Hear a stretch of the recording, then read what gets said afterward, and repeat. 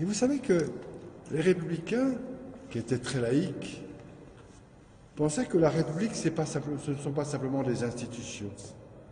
Il faut avoir la foi dans la République, il faut aimer la République. Alors ils se disent, il faut qu'on trouve une prière pour honorer la République, comme les chrétiens ont des prières pour honorer leur Dieu. Alors ils réfléchissent et un jour, ils tombent sur Je vous salue Marie, pleine de grâce. Et ils disent, mais c'est ça qu'il nous faut. Il faut qu'on... Ah oui, mais vous ne pouvez pas mettre Je vous salue Marie.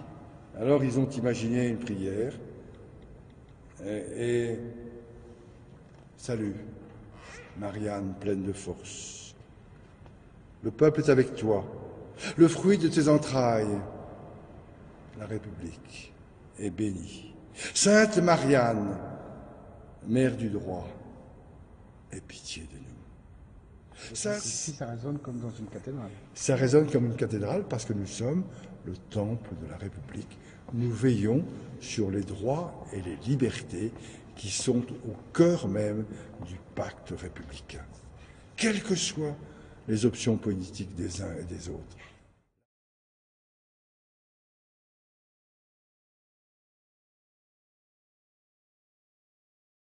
Mais si l'on croit, comme c'est mon cas, dans la République, à un moment, il faut passer par la franc-maçonnerie.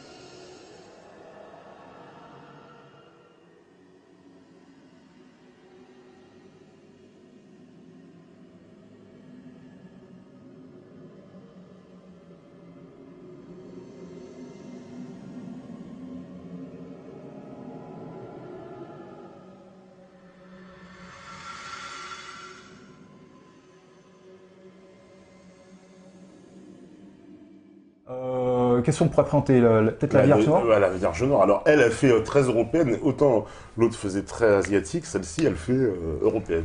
Alors la Vierge Noire, ça je vais développer qu'est-ce que c'est en réalité. Bon, là je vous balance le scoop et après je justifierai. En fait la Vierge Noire c'est quoi? Les vierges dites romanes qu'on trouve dans les églises prétendues romanes. En vérité ce sont des statues gallo-romaines du culte d'Isis. Donc Isis qui est le culte isiaque, donc le culte d'Isis et d'Osiris, qui est la véritable religion de la fin de l'Empire romain. C'est-à-dire que en fait, le grand mensonge que je vais développer tout à l'heure, le grand mensonge, c'est que la dernière religion de la fin de l'Empire romain, ce n'est pas le christianisme, parce qu'archéologiquement, il n'y a pas de traces de christianisme sous l'Empire romain.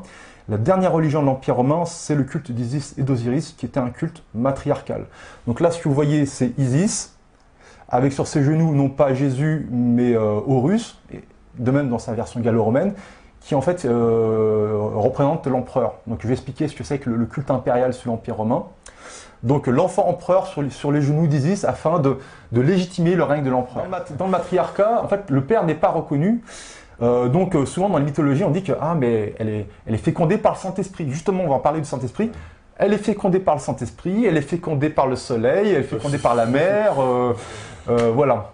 Et justement, il y a la notion de virginité est très importante, c'est qu'à l'origine, vierge, ça ne voulait pas dire non pénétrée. À l'origine, vierge, ça veut dire non mariée.